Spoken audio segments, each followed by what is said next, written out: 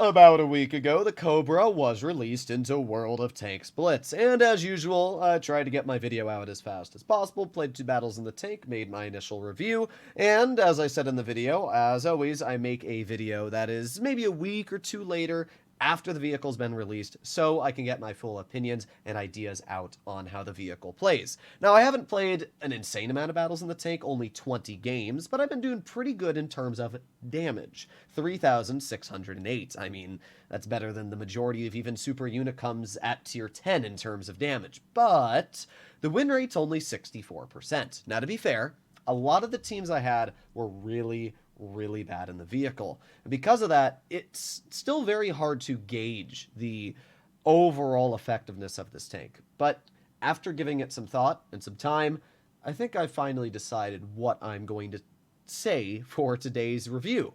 The Cobra is definitely a strong vehicle. It features, obviously, incredible DPM if you're using the Hesh. It hits very hard, but it has a couple drawbacks, and especially big drawbacks when you compare it to the Tech Tree Centurion 7-1. Couple things. First of all, the Cent 7-1 has AP standard, not heat.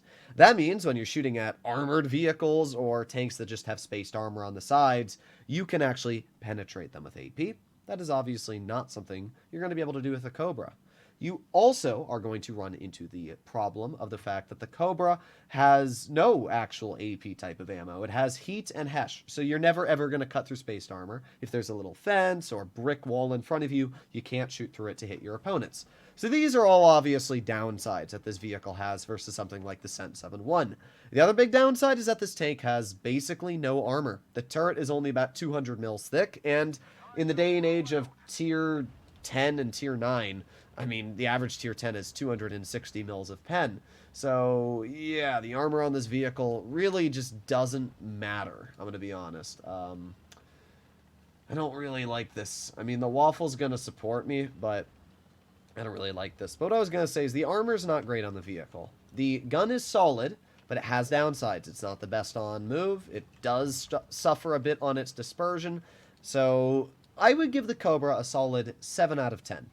It's not an overpowered tank by any means, because it does have some big downsides, especially when you're going up against heavily armored opponents, or you're shooting at, tier 10 mediums like the 62A, something like that. You're definitely going to run into troubles. Now, of course, we got shot by an Emil 2 camping in spawn. How fun. Will either of our tank destroyers see the Emil 2? No. Okay. I guess not. Alright, I'm gonna try and bail, but most likely, I'm going to bleed more health to try and do so. Oh, we actually didn't. Yeah, these TDs are useless, I'm going to be honest. They're literally doing nothing to support me here.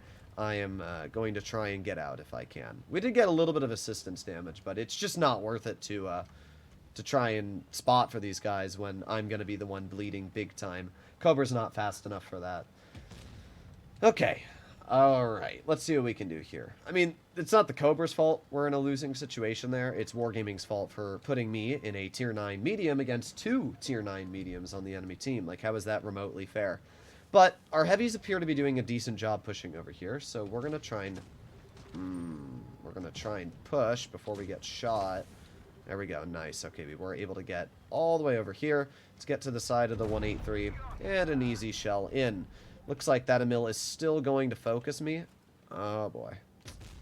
Well, if I have a choice, I'm going to sit right here.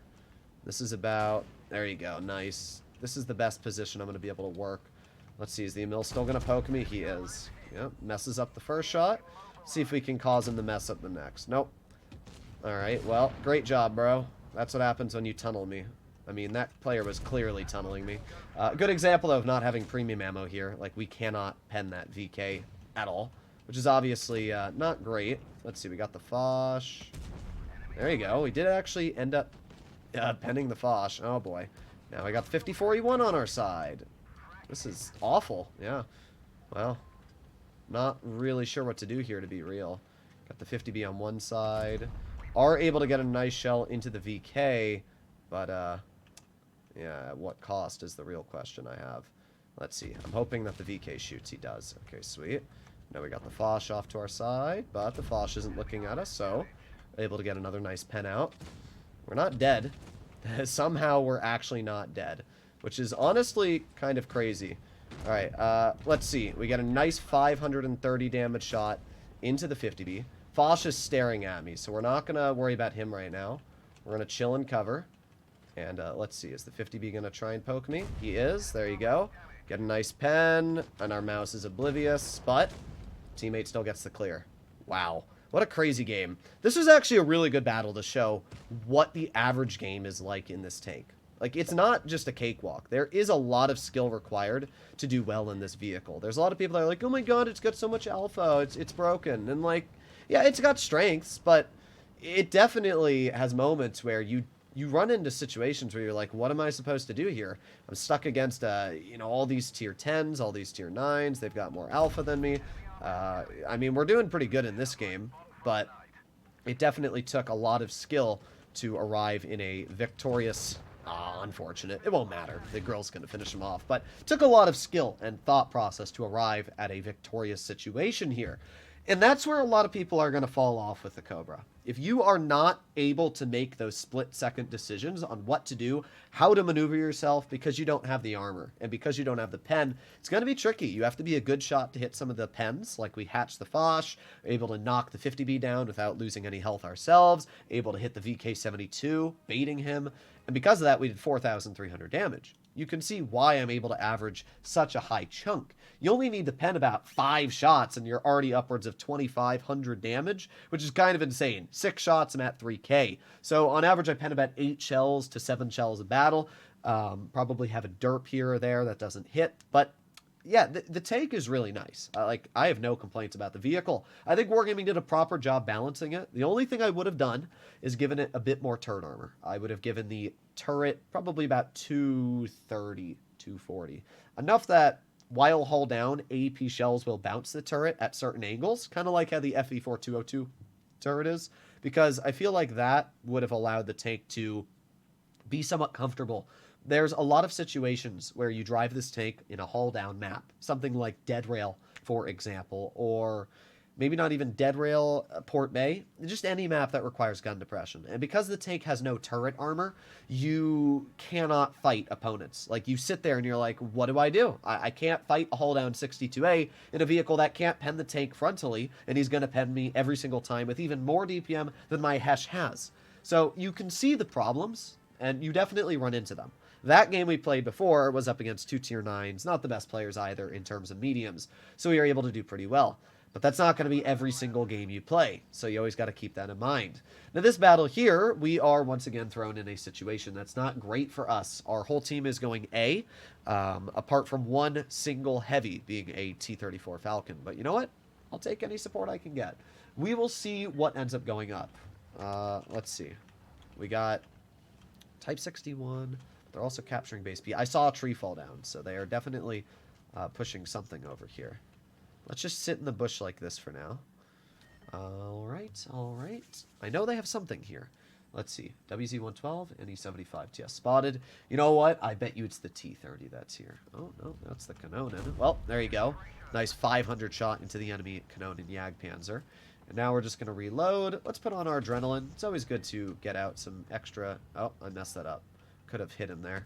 There you go. Nice 462 shot. But this is where the tank feels insane. In a situation like this, where you are able to just bonk your opponents, like what are they supposed to do in this engagement here? Ah, unfortunate. We almost got the shell out. Type 61 spotted low, so we're going to go low. We're going to see what we can do. All right, let's push up. Let's see. Is the T-30 spotted? Yes, he is. I actually thought the T-30 was going to be in town, to be real. Very surprised that he's not.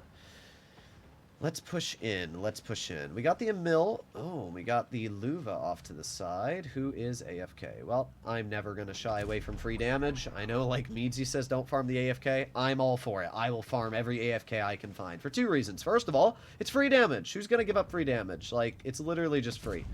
Second reason is because they might come back, and they might come back when you least expect it. So, because of that, it's 2 reasons. 1, personal gain. 2, usually personal gain. But hey, look at that. Easy clear and a bunch of free damage added to our tally, so I can't really complain at all. Let's reload again. We're up to 2,300 damage at this point. And yeah, this is definitely a game where the alpha damage is is pretty astonishing. Like, look at that. 625 max roll. That type has no real counter. He's just like, huh? So that is definitely where the tank feels insane. Like, this is a game where I just feel like I'm God. But not every battle is going to be like this. You're going to be in games where the tank feels really poor, where you're going to fall apart super fast. But yeah, I mean, 492 damage shot into that a mil, it's pretty nutty.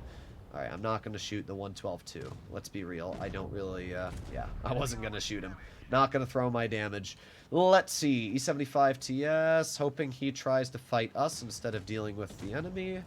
Here we go, aiming on the side of his turret. Oh, another max roll. 625 again. That is just insane. I mean, we did 5,000 damage in this game. And again, this is why I'm able to average so much damage in this vehicle. It's because of the fact that maybe 30% of the games I play are in Tier 8. And those 30% of battles, I instantly win. Like, any Tier 8 game I play in this tank is almost an instant win. I farm, I kill everything. Tier 8 players are not even half the skill as the normal Tier 10 team, so you can kind of just violate them like I did here. And because of that, it's super, super easy to get high damage games. So I would say the average Tier 8 game I play is 4,500 to 5,000 damage. And even though the Tier 9 to Tier 10 battles I play are probably only about 32 to 3,300 damage, when you smash that together, it equals the 3,700 I'm going in the tank. So right now, 67% after those games and 3,700 damage. I definitely would say this is an incredibly strong vehicle, but I would also be willing to say that you can do better in a Centurion 7-1. It's got a much better turret, and mobility-wise, the tank is faster. It's got the same gun depression. It's got a much better gun in terms of pen values, and you can still load the base HE and get even more damage out. So I don't really have a problem at all with the Cobra in the way that it was balanced. I think Wargaming did a proper job. As I said, the only thing that I think should have been changed is that the vehicle got more turret armor. People might be like, but then it would be broken. But the turret armor is not what makes this tank broken. It's the gun, and it's not even broken. It's strong. Like, I guarantee anybody that says this tank is busted, you go buy it, I guarantee you will not do well in it. That's a fact. Everybody that always likes to complain about a tank they don't have being broken is the same player that if they buy it, then proceeds to absolutely crap it and just die every game. It's an incredibly high skill-based tank. And that's just as simple as it is. I mean, the Object 452K, a vehicle that I consider to be incredibly dookie, I'm still going 78% with 2,600, 2,700 average damage, and that's super high win rate. So, yeah, you can do well in any tank if you understand their playstyle. Hopefully you enjoyed today's video, and let me know what you guys think about the Cobra. I think it's a fantastic tank, though. I really have enjoyed playing it. It's one of the more enjoyable Tier 9s that Wargaming has released in a while. Hopefully you enjoyed today's video. I'll see you in the next one. Bye-bye.